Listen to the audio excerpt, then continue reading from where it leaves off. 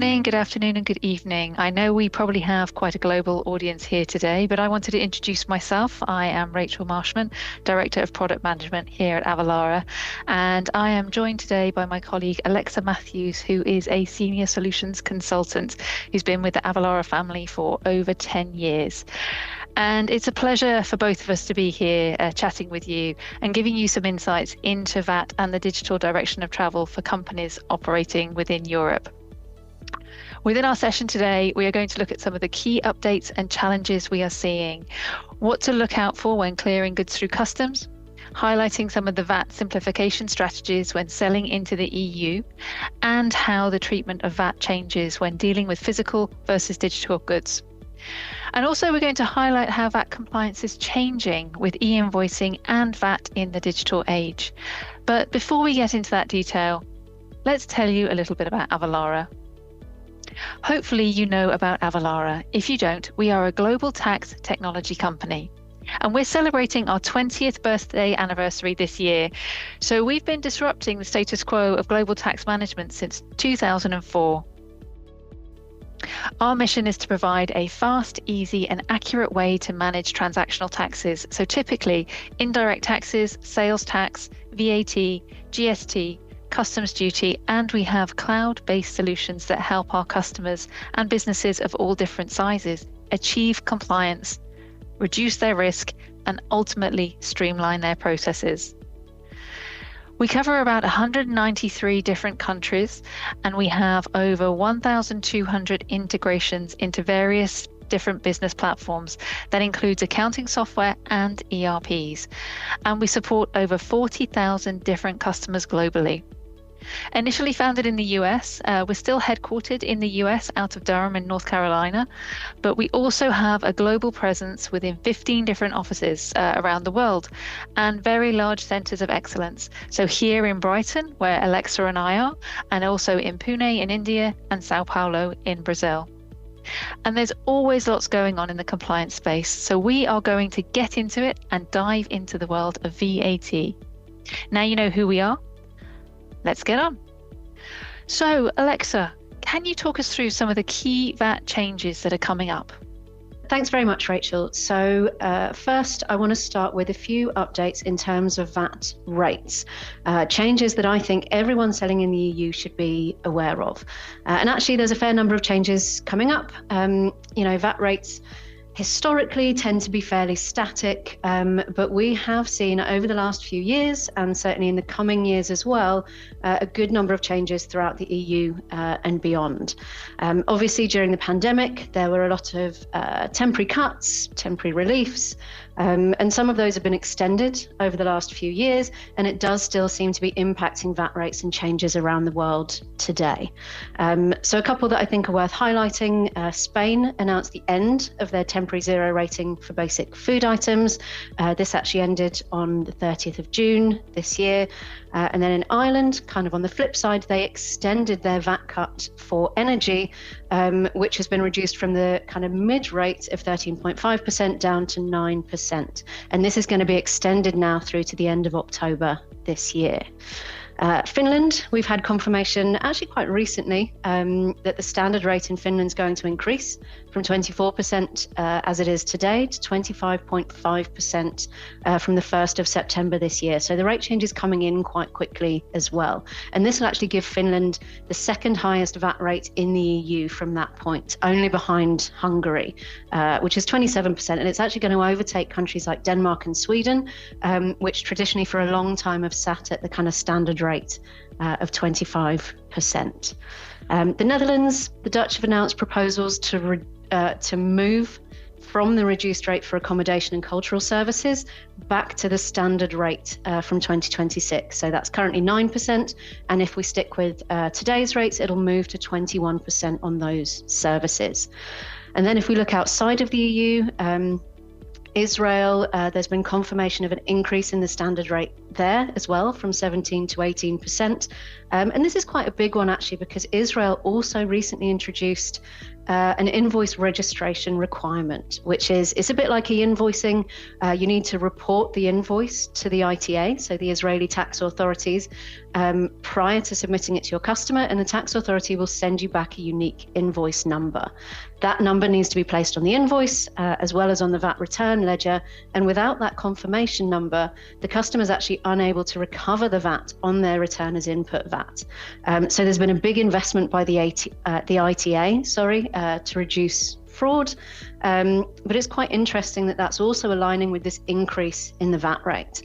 So, a business with a presence in Israel, if they don't update their systems for the new VAT rate, they're not going to be able to get that unique code because, of course, their invoice isn't going to be accepted by the ITA, so they can't send it on to their customer. And then finally, in Thailand, the temporary 7% rate has been extended again to the end of September this year. So this was a relief rate for COVID. It was introduced back in 2020. Initially, it was only planned for 12 months. So far, it's been extended to 4. And if this isn't extended again, it'll move back to the original 10% rate that they had pre-2020. So there's quite a few changes to be aware of, some of which are on the immediate horizon. It does sound like there are a lot of changes. So what does this mean for businesses then looking to sell internationally? Well, I think the key thing here that these VAT rate changes highlight mainly is that VAT is complicated. There's a great deal of complexity around VAT that businesses have to be aware of. Even selling in their own country, this can be really complicated. So when you then look to expand to other countries, the complexity just multiplies because, while it would be nice if every country had the same rules and the same requirements, everywhere does it slightly differently. Even if we look just within the EU, while there is an EU-wide VAT directive, countries are allowed to derogate from it. They're called May provisions in the European Commission directive, which basically are saying rather than, member states shall or must do X, instead they're saying member states may apply whatever rule or requirement they're referring to. So each country can then choose whether they want to follow that piece of legislation or not.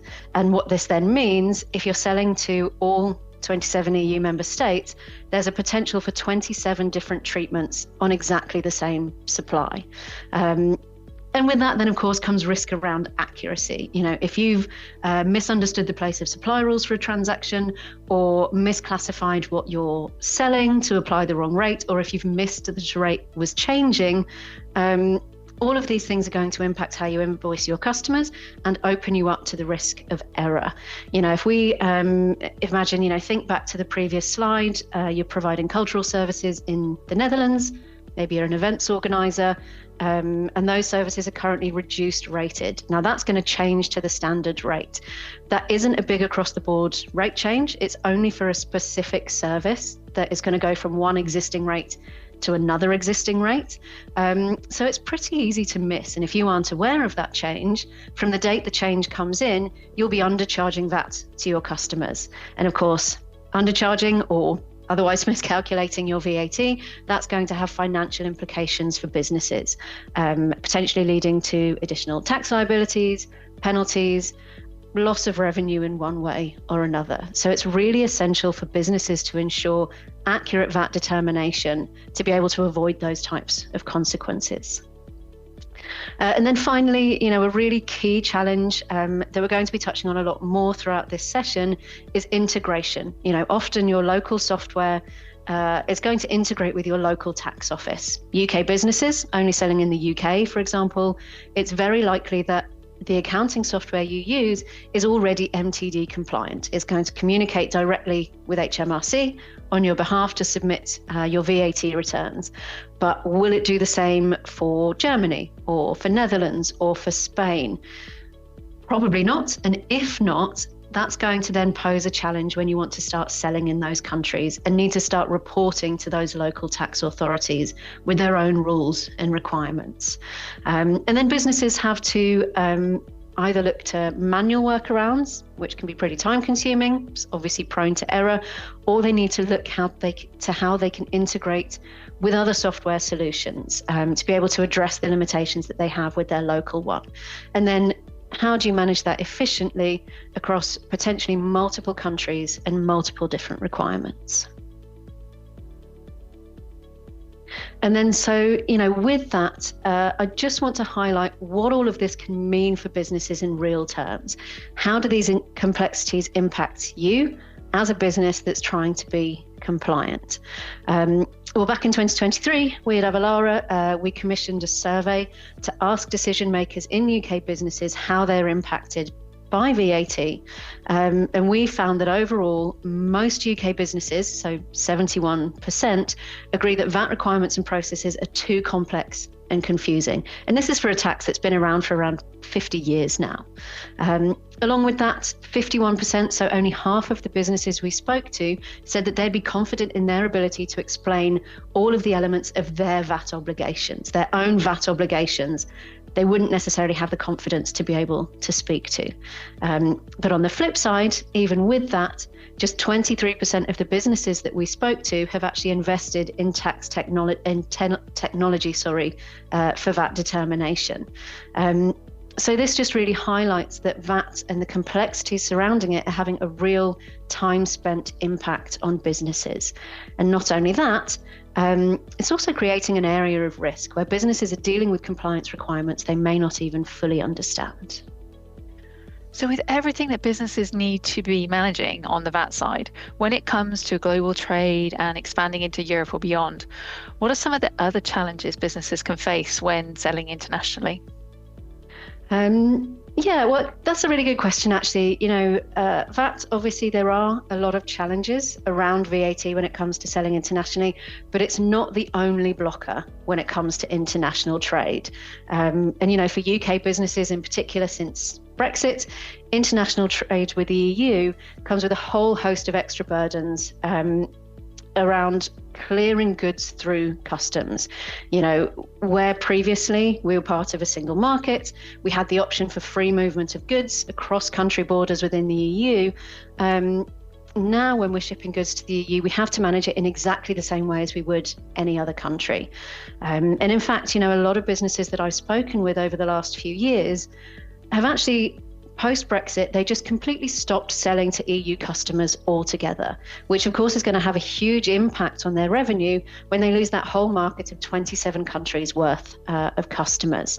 And often, when they come to us, the point at which the conversation starts with Avalara, it's, when in the past they've made that decision to, if you like, switch off the EU back when Brexit came into force. Now they want to switch it back on. They want those customers, and they're looking for a way to be able to navigate that and manage all of the compliance issues they're going to have. So what are some of those challenges when it comes to getting goods into the EU? Well, like we kind of touched on already, those goods are now going to be subject to import duties. So not just VAT, but duties as well, which means that before you can even think about shipping these goods, you need to classify them using the harmonized system tariff codes, which are not the same in every country. Despite the name being harmonized system and everything should be the same, they are different depending on where you're going to be shipping your goods. They are at least the same for the whole of the EU though. But since Brexit, where the UK tariff codes were the same as the EU, we have both kind of devolved from that system that we shared. So every item that you might want to ship to a customer in the EU first needs to have that full 10-digit EU tariff code assigned. So that's a big challenge for the very first step if you want to clear your goods through into the EU. Then, if it's going to be you that's clearing the goods through customs rather than leaving it to your customer to figure out, which is an option, not a very good one from a customer experience standpoint, but you then need to be able to determine what duty rate there is on that item. So you can calculate it and collect those duties from your customer. You need to figure out whether there's any special rules or fixed tariffs, whether there's any restrictions or prohibitions, whether there are any special licenses you need to be able to send those goods into the EU, or any other rules or requirements that you're going to have to meet. So there are a whole host of additional challenges that can come with selling into Europe alongside VAT, particularly when it comes to clearing those goods and selling into the single market.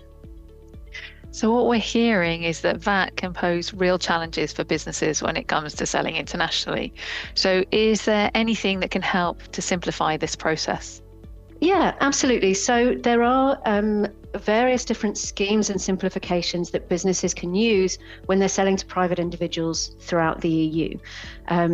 Some of these changes, they've been around for a few years now. So the key changes came back in 2021. And prior to that, selling from one EU country to another meant tracking distance selling thresholds. And then once you breach that threshold, having to register in a destination country and file VAT returns there, potentially in every country if you breach all of those thresholds. Along with that, if you were shipping goods from outside the EU, often you'd need to, again, register individually in every country where you're importing goods, which in both cases can be incredibly difficult for businesses to manage if they end up having to register in 10, 20 plus different countries. So in 2021, with the introduction of the EU e-commerce VAT package, the European Commission was really looking to simplify and streamline VAT processes for businesses that were selling to private individuals. And the VAT package gave the statement that fair and efficient taxation will be even more important in the months and years ahead as the EU and global community seek to recover from the fallout of the COVID-19 crisis. And, of course, we're a few years out now from the worst of the COVID crisis, but these changes remain. And if we're looking forward to the VIDA, so the VAT in the digital age changes that are coming in future as well, that we will touch on in a couple of minutes, these are likely to be extended going forwards as well. So yeah, with that, what exactly changed in 2021? Well, there were probably three key changes that are really impacting businesses, some of which, you may be aware of already. If you're just looking to start selling into the EU now, maybe these are new requirements that you won't be aware of. So the first of these was the removal of those EU distance selling thresholds that I mentioned. So now, unless you're a very small EU business with a single EU location and total sales of under 10,000 euros, which isn't a whole lot of businesses, and it immediately rules out any non-EU companies as well. From your very first sale from one EU country to another, it needs to be taxed at the destination. That is the country of the customer. The second key change was that the low value consignment relief threshold for importing goods into the EU, that was previously 22 euros, that's been removed. All imports are now subject to VAT, no matter what the value of the item is. Although with that, the import duty threshold, we talked about duties as well, that has been increased to 150 euros. So there's still kind of a low value relief threshold, but only on duties and not VAT. And then the third change was that in some specific cases, liability for collecting and reporting VAT on marketplace sales is transferred to the marketplace. They become the deemed supplier. So, and none of these changes, except for maybe the third one, actually really sound like they make life easier. Those parts of the changes probably don't simplify things for businesses, although they do for the tax authorities. So along with these changes, new simplified reporting was also brought in to manage this new need for a whole host of extra businesses to manage extra reporting, because suddenly you're scooping up a lot more of those smaller businesses or low value item businesses that didn't have to comply with any of those rules previously. And so these simplifications were introduced through the one-stop shop, also known as OS, and then the Import One-Stop Shop or IOS schemes.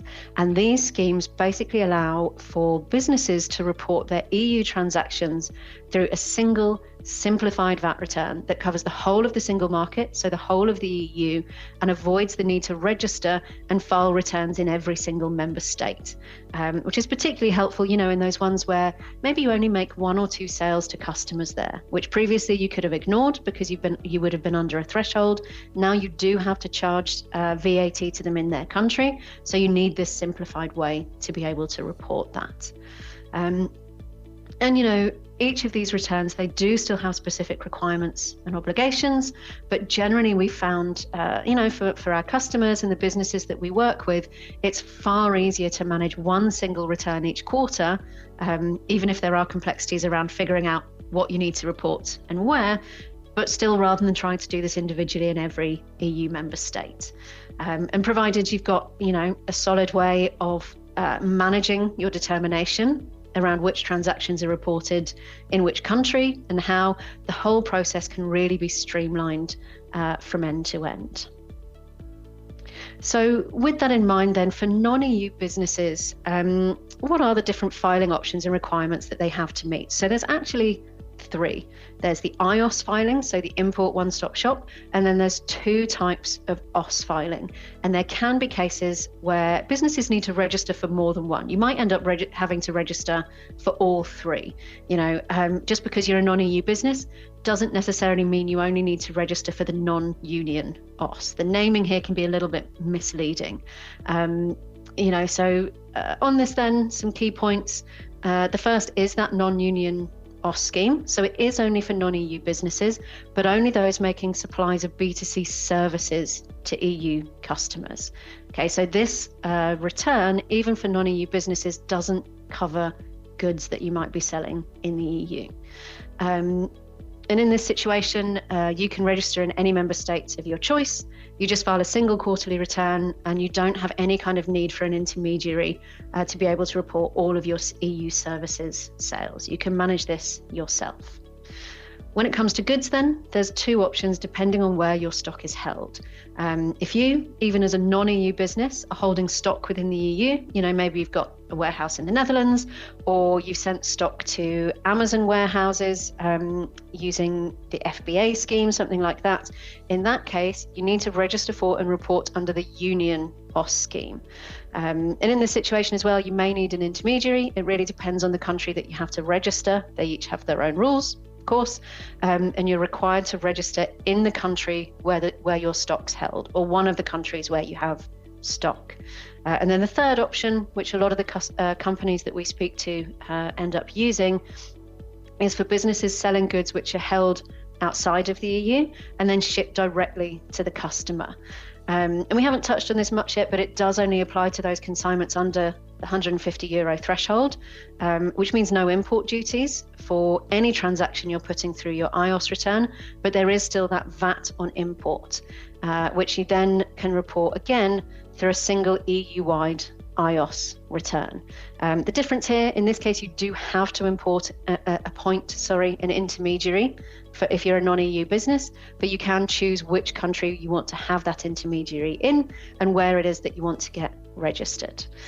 So again, really to highlight, even though it's a simplified approach compared to the alternative, there's still a lot for businesses to consider when it comes to managing both their determination and also reporting in Europe.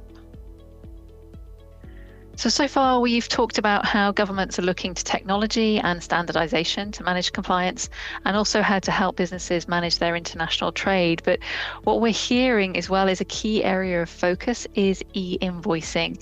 So can you talk to us a bit about how e-invoicing mandates are changing the indirect tax compliance landscape and how that impacts businesses as well? Yeah, absolutely. And, e-invoicing really is a hot topic for us at the moment, in the world of VAT. And I would say e-invoicing and e-reporting, it's really the clear direction of travel when it comes to VAT compliance. It's what almost every tax authority around the globe is looking at the moment. And, for us at Avalara, almost every day we're seeing more countries announce new plans, proposals, consultations, announcing updates or changes to their existing legislation or technical requirements, or bringing in new requirements in legislation and mandates as well. So what are the drivers then for this move to e-invoicing? Well, the key driver really is money, tax revenue. Tax revenue is more important than ever for governments at the moment. So tax authorities are under pressure to close the tax gap, and in particular, reduce the VAT gap, which is basically the difference between the amount of VAT that's collected compared to the amount of VAT that should be collected in a given jurisdiction or country. And some of that difference is down to fraud, some of it's down to human error. There can be other various reasons for this. So tax authorities are now looking to other methods outside of the kind of traditional VAT return and outside of their normal auditing processes, which are obviously pretty manual and time consuming and therefore expensive, to be able to spot fraud, to spot errors, to understand what's going on with the business, basically, to get more visibility in real time on actual transactions. If we look at that kind of traditional VAT return model that we've always seen, which is periodic, often monthly or quarterly, after the fact, often it's only a handful of boxes to summarize all of a business's activities, it doesn't really provide those insights that the tax authorities need. So what they're doing then is they're really seeing the benefits that e-invoicing has brought to other economies, the additional revenue that other economies are getting from this, the reduction in the VAT gap, and they want to get some of those benefits for themselves. So we're really seeing, that clear direction to digital real-time reporting of tax obligations. And with that, this graph that we can see in the center here, I think paints a really clear picture of that. If we look even just 10, 15 years ago, e-invoicing wasn't really an issue for most businesses in the EU, outside of those which are maybe handling government contracts. E-invoicing, for B2B at least, was largely confined to Latin America, countries like Brazil, Mexico, which have both had e-invoicing and e-reporting requirements for many, many years now. And they were really trailblazers in the e-invoicing space, even within Latin America. But then that very quickly spread across the rest of the Latin American region. So today, virtually every LATAM country has an e-invoicing requirement of one type or another. When, they all saw those benefits that Mexico, Chile as well, I think, and Brazil were having, and decided that they wanted to have something similar in their own countries. And, as I said, throughout those kind of 10 to 15 years in the EU, if there was an e-invoicing mandate, it tended to be focused more on public procurement and not B2B. But today, over those kind of 10, 15 years, every single government department in the EU is now capable of receiving an e-invoice. It took some time, they did get there eventually, and this led to the creation of the European e-invoicing standard. So for B2G businesses, they have to comply with these standards. And we'll talk a little bit more about those in just a minute as well. And a lot of these requirements can actually be met using the PEPL network, so a standardized network that businesses can use throughout the EU and more in the rest of the world as well, which of course was originally founded in the EU for that public procurement requirement. But as well, over the last handful of years, this has really changed and it's becoming much more the mainstream for B2B as well, both in Europe and also worldwide. So if we think about the EU specifically, Italy was the first EU member state to mandate e-invoicing. That was back in 2018 for B2B transactions. And since then, the mandate has grown a lot in Italy as well. It started off very small. It's grown to include more and more businesses, more and more transaction types. So today in Italy, basically every single transaction is within the scope of either e-invoicing or e-reporting.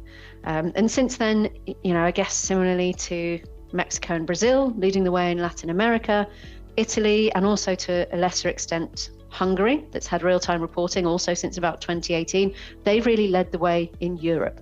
More and more countries have looked to introduce mandates, and a lot of them are planning to in the next couple of years. Germany, for example, their mandate's going to start from the beginning of 2025, and that's going to require all businesses to have the ability to receive electronic invoices from their vendors. It's essentially taking away the choice that a customer currently has to refuse an e-invoice and say, no, I want it in a paper format instead. And then, like Italy, that's going to extend and expand over the coming years. It's going to spread to first enterprise businesses, then smaller and smaller businesses to be able to issue their invoices electronically as well. So really similar to Italy, where the initial scope wasn't huge, it then eventually grew to cover more and more transactions. France, of course, is another really key one that's introducing e-invoicing. It was actually initially planned for July this year, but it's been pushed back most likely to September 2026. This one's actually a very complex mandate. It's one of probably the most comprehensive models that we've seen so far. So it is going to take a lot of time for service providers and businesses, and actually the tax authorities themselves, to be able to prepare for this. So the delay there is probably kind of welcome. And we've seen similar in Poland. That was also meant to be introduced in July this year. That mandate's been pushed back to February 2026. This time it was for the tax authorities themselves, for the KSEF platform, so the platform where you send your invoices. This needs to be audited so that they can make some changes and hopefully make it a bit more stable for mass adoption when it does finally come in 2026. And then as well, if we look outside of the EU, there's countries like Malaysia, Australia, Saudi Arabia. This really is a global shift in how the tax authorities are managing compliance and reporting. So with that in mind then, what exactly do I mean when I'm talking about an electronic invoice? I think this is something that's really important to understand because we're not just talking about an invoice that's been sent electronically, a PDF that you've sent by email, although you've sent it electronically to someone, it's not an electronic invoice. An electronic invoice follows a very specific format. So it's basically an invoice that's been issued, sent and received, so across its full journey in a structured data format that basically allows for it to be automatically and electronically processed.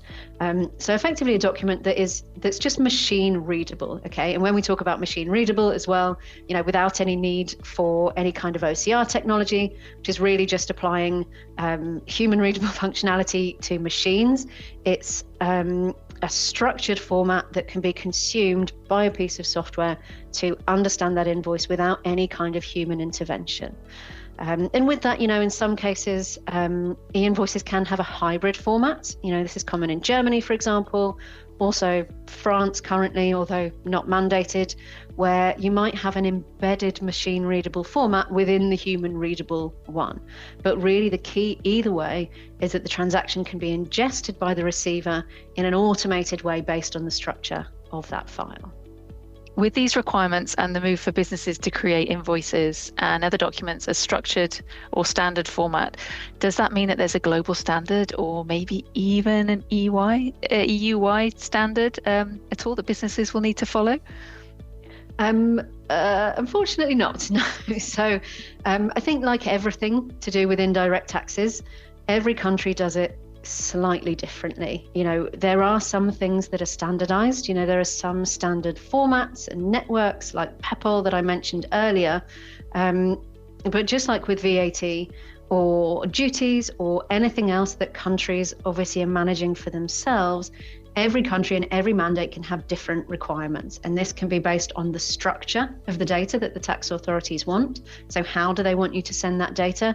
And of course, the information contained within that. So the specific data points that they're looking for in a document. Just like issuing a paper invoice, there are different requirements to do that in France versus Poland in terms of what you have to include on that piece of paper. You now have to include something different in that structured invoice as well.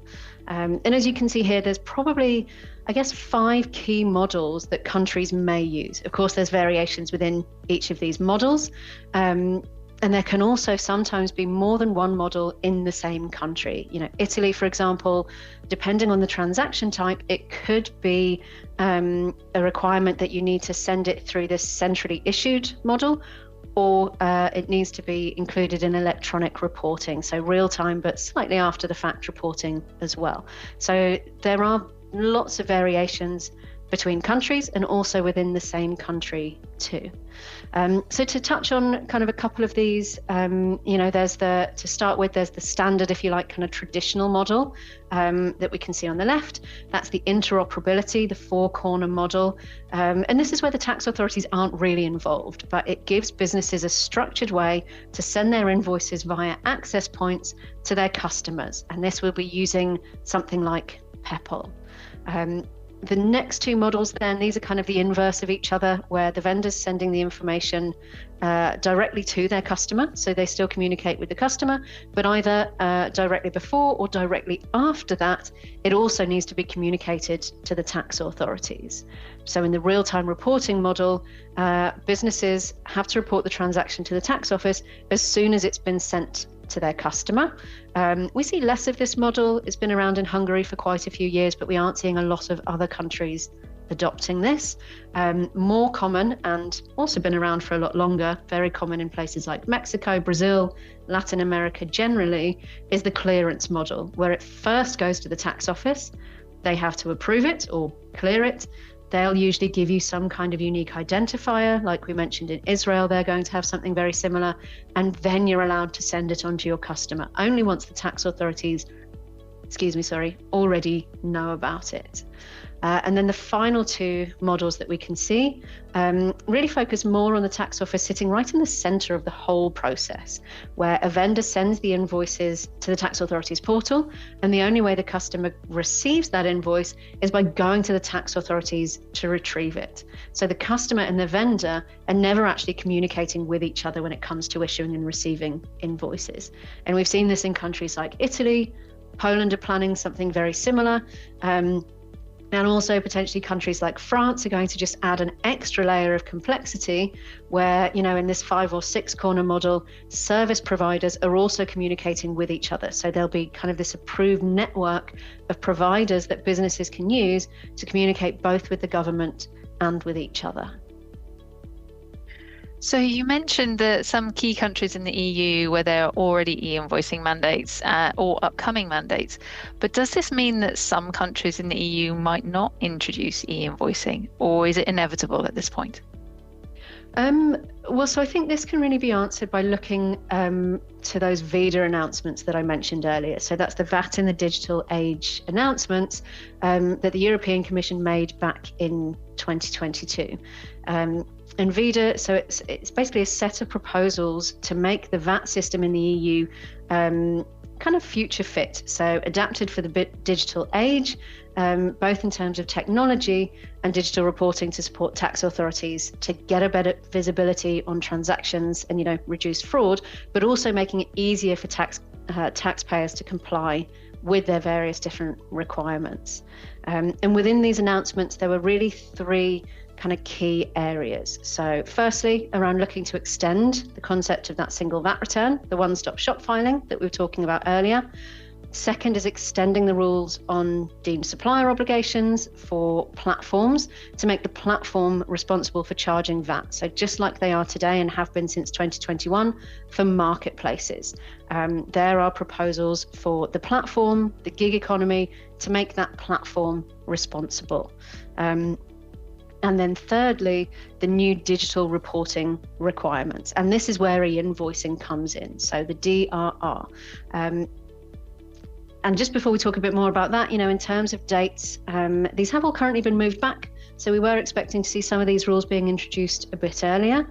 But at the moment, the rules around platform economy and then the single VAT return, they're looking currently to be introduced around July 2027. And this is to give member states, kind of a bit of time to actually implement the required technology, and also for different member states to pass the relevant legislation. We already touched on the fact that there is EU-wide tax legislation, but every country also has their own VAT directive. So that these changes need to be implemented and passed in every single country. But yeah, to go back to your question then around EU-wide e-invoicing mandates, if we focus on that third part, so the digital reporting requirements, and what this is doing is it's looking to create mandatory e-reporting of all intra-community supplies, so movements of goods and services, which today would be subject to the reverse charge between European countries. So broadly speaking, yes, all businesses buying and selling within the EU by 2030 will need to meet e-invoicing, e-reporting obligations. Not necessarily on every transaction, but certainly for any cross-border sales and purchases they're making. And like I said, this is currently planned most likely for 2030, although not all countries have agreed to that yet, so it could very well be moved back again. It's already been pushed back once from 2028, and the idea is that this would look to replace the current EC sales lists that businesses have to file for those cross-border sales. And the idea really is to provide additional information, so on top of what you get in an EC listing today, on those inter-community sales and acquisitions that businesses are making. And I just want to highlight actually one key point here. We talk about Northern Ireland as well, because a lot of UK businesses will say, maybe this doesn't really apply to us. And it won't for the UK as a whole, but it may well do for other reasons. These cross-border requirements are equally going to apply to non-EU businesses who are doing business in the EU. And then also, because of Brexit and the different trade agreements that Northern Ireland has, supplies of goods from Northern Ireland are treated as if they're part of the single market for VAT and customs purposes. So if Northern Ireland businesses or other British businesses that are fulfilling supplies of their goods from Northern Ireland, for example, into the Republic of Ireland, which is pretty common, then they'll be caught, they're going to get caught up by these new rules as well. All right, so, sticking with that third point then, what are the new digital reporting requirements? Well, the VAT requirements, like we kind of said already, they're very much focused on creating this idea of digital reporting, but they'll still be underpinned by mandatory e-invoicing for these supplies. So really, the VAT proposals are looking to reduce the barriers for e-invoicing and then also harmonise them a bit more throughout the EU. Like we said at the moment, every EU country with an e-invoicing mandate and every other country worldwide does it slightly differently. So the idea here as well is to harmonise and streamline the process a little bit more. And this will include areas such as the format of the e-invoices is going to have to be compliant with the EU standard. That standard we mentioned previously, only relevant for B2G transactions. Also, EU members will no longer need to ask for a derogation to make e-invoicing mandatory in their country. So previously, and well, today, if an EU member state wants to introduce an e-invoicing mandate, they have to go to the European Commission and ask for a formal derogation. But that's not going to be the case going forwards. Another point is the reporting is going to have to be sent within 10 days of issuing the invoice. And this is kind of an interesting one. It's a bit of a softer approach than we were initially expecting around this having to be real time. And it goes along with the point after, which is that pre-clearance models are also going to be permitted, where previously we thought it was going to be more of a centralized model when it came to e-invoicing. So there is some flexibility around this. One key point I think that's really important is that bank details are going to have to be included. So there is going to be considerably more information needed than you'd currently see on an EC sales list. So this really points to the differences that we're going to see in this real-time reporting versus just reporting the same information you do today, but maybe a bit more frequently. So I think that's a really key point. And then just finally on here as well, the use of a service provider to send the DDR, so those digital reporting requirements, that will be possible as well. So I think this is really key for businesses where their existing software solutions might not be able to meet these new 2030 requirements. You can work with service providers to do that instead. So really, I think whether we like it or not, e-invoicing is eventually going to be a requirement for all businesses with cross-border transactions in the EU. And because of that, and all of these announcements, it's just yet another driver for EU member states that have maybe been thinking about e-invoicing mandates already to take another look at their own requirements and how they can expand those mandates for businesses to other types of transactions as well. I think it's very much a thought of, well, we're going to have to do this for cross-border transactions anyway. Why don't we do it for all transactions? So a key question here then, with VAT in the digital age, the requirements don't have a fixed date, but it is looking to be around 2030 at the earliest. So when do businesses really need to start worrying about e-invoicing and reporting? Yes, I think that's a really key point, actually. It can feel like you have quite a lot of time to think about these requirements. And that is true in some cases. But with that said, 2025 for Germany, 2026 for France and Poland, even 2030 for the EU-wide requirements, they're going to come around awfully quickly. When it comes to meeting new tech requirements, which is what a lot of this is, it's VAT reporting, but it's looking to the technology to meet these requirements, figuring out whether this can be managed in your existing systems, looking at your gaps, looking at whether you're going to need to implement new systems, whether you need to integrate with new platforms, which you very likely will have to do when you're looking at different tax authorities and their requirements. All of this can take time. So suddenly, 2025, 26, even 2030 really isn't going to seem so far away. And along with that as well, countries are introducing new mandates every day. If you look at Avalara, for us, if we look at our roadmap for which mandates we need to add to our own e-invoicing solution, it's constantly changing. Nothing is static in our roadmap because it changes every time a new requirement is announced. Every time an existing mandate changes slightly, which does happen fairly frequently, every time a new requirement is announced as well, you really don't know where that new requirement is going to come from. Germany was only really announced fairly recently, within this year, so it was giving businesses less than 12 months to implement a solution, not necessarily to issue electronic invoices, but to be able to receive those in a structured format. They don't get to choose anymore, and that's a very short amount of time to be able to do this. So making sure that you're ready, that your software is future-proofed, means that you're not going to get a big shock when a new mandate comes up and you have to introduce it straight away. And an interesting statistic that we have here as well is that it's expected that by 2026, 45% of the GDP in the EU may well be covered by e-invoicing mandates. And, you've got to think this is probably going to include those key markets. Well, will include by then, I should say, those key markets like France and Germany. There's mutterings in Spain, Belgium, the Netherlands. So there's really no workaround for this. Technology is kind of the only answer to these requirements. So businesses really then have to look at their current systems, what they can support, where they might have gaps, and how they're going to go about addressing them. So it does seem like tax determination and compliance isn't going to get any easier anytime soon.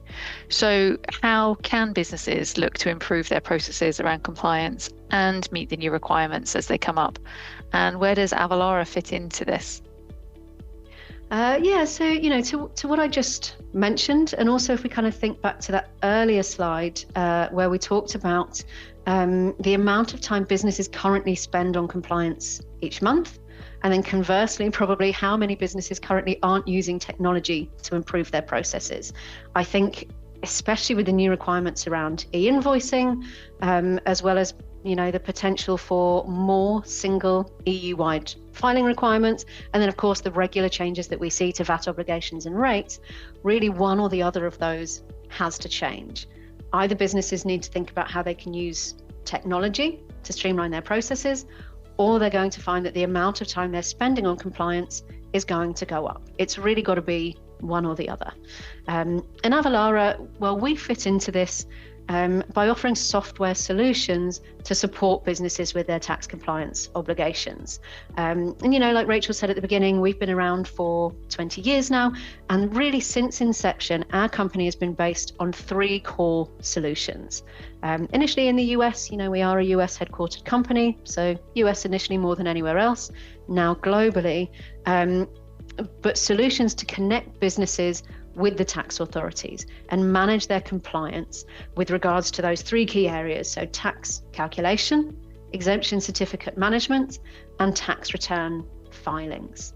And then since then, we've expanded kind of both our core and then also supplementary products and services to extend that to connecting businesses not only with the tax authorities, but also with their customers and vendors as well, whether we're talking about private individuals or businesses. And so for Avalara, we can see there our kind of big, hairy, audacious goal is to be part of every transaction in the world. And we do this by supporting businesses through every step of their indirect tax compliance life cycle.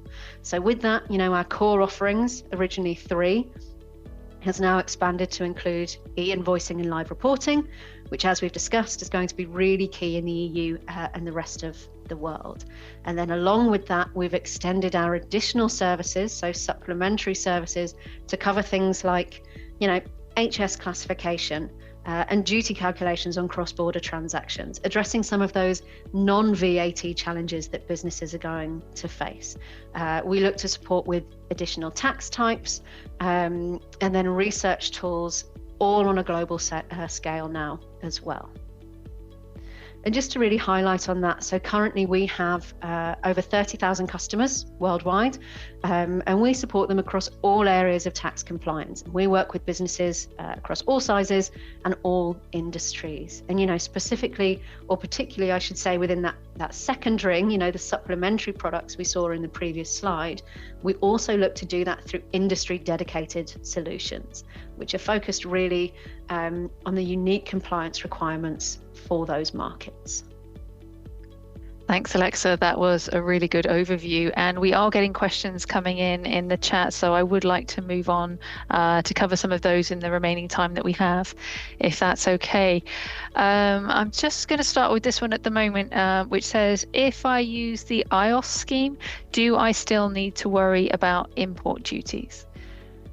Yeah, so that's an excellent question, actually. So the answer is kind of maybe. So, you know, if you're a business using the iOS scheme for your sales with that consignment value under 150 euros, and they're your only sales into the EU, as in it never goes above that 150 euro threshold, then no, import duties won't impact you. You're going to have to worry about VAT, but duties just don't affect those transactions.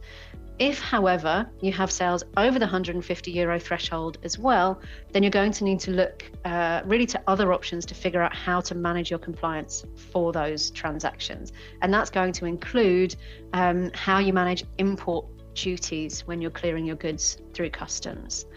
And with this as well, you know, we talk about that 150 euro threshold. One thing that's really important to remember is it's not the item value. You could sell only 20 euro value items and think, well, that threshold's never going to hit me. It's the consignment value. So if you put in a single parcel 10 of your items at 20 euros each, that's a 200 euro consignment, which pushes you over the threshold, and you do now have to worry about import duties. And that's something that's really kind of caught a lot of businesses out. And with that, actually, you know, I do think it's worth mentioning as well, even if you don't have to pay import duties, the customs clearance process is still going to have to be managed. You're going to have other obligations, you know, things like classifying your items and applying that HS code. That's still a requirement, even if it's not being used to calculate duties, because not all HS codes actually fall under the iOS scheme. So excise goods, for example, you can't use iOS on those. So you still have to have that HS code and that classification to make sure the iOS scheme and that streamlined process is going to be applied when it should be. So yeah, you know, lots to consider. Yes, lots to consider. You know, you might find that it never becomes an issue for you, but you're still going to have other obligations that you need to worry about. Thanks. And we've got quite a number of e-invoicing questions. So I'm going to pick the next one, which is, can I be required to issue e-invoices as a non-established business? Another excellent question, actually. In some cases, yes. So it's like everything, really. It depends on the country. You know, a lot of the time, non-residents aren't required to comply with local e-invoicing mandates, even if you have a VAT registration. But there are some cases where any VAT registered business, even if you don't have an establishment, can fall under the scope. So Hungary is an example of this. The French mandate is probably going to cover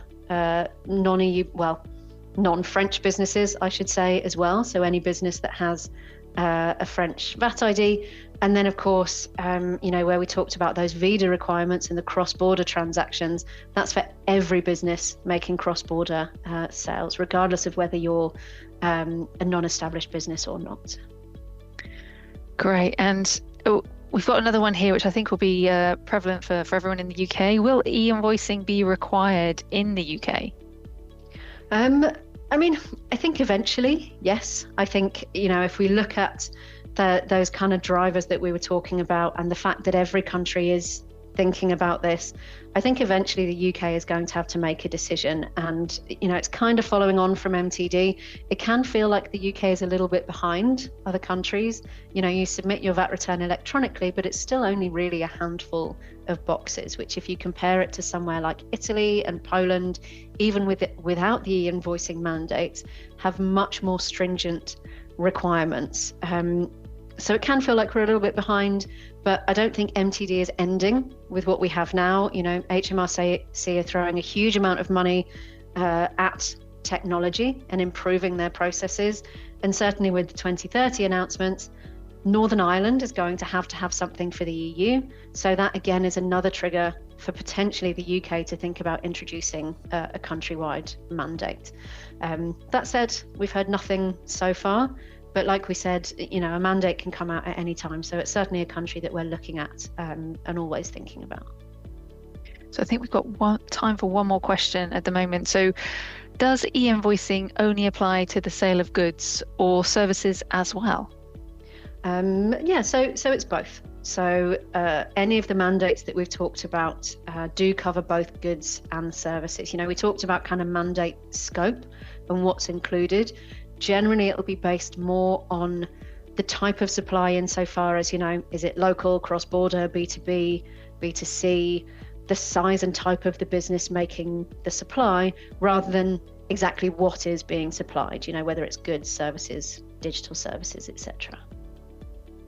Thank you. And I think that's all we have time for at the moment. There are a number of questions that we haven't got around to, so we will respond offline. And if anyone does have any further questions, please do reach out and we'll look to get back to you. But from Alexa and I today, thank you so much for joining us. We hope you found this session useful, and please do feel free to join other sessions coming in the future. Thank you very much.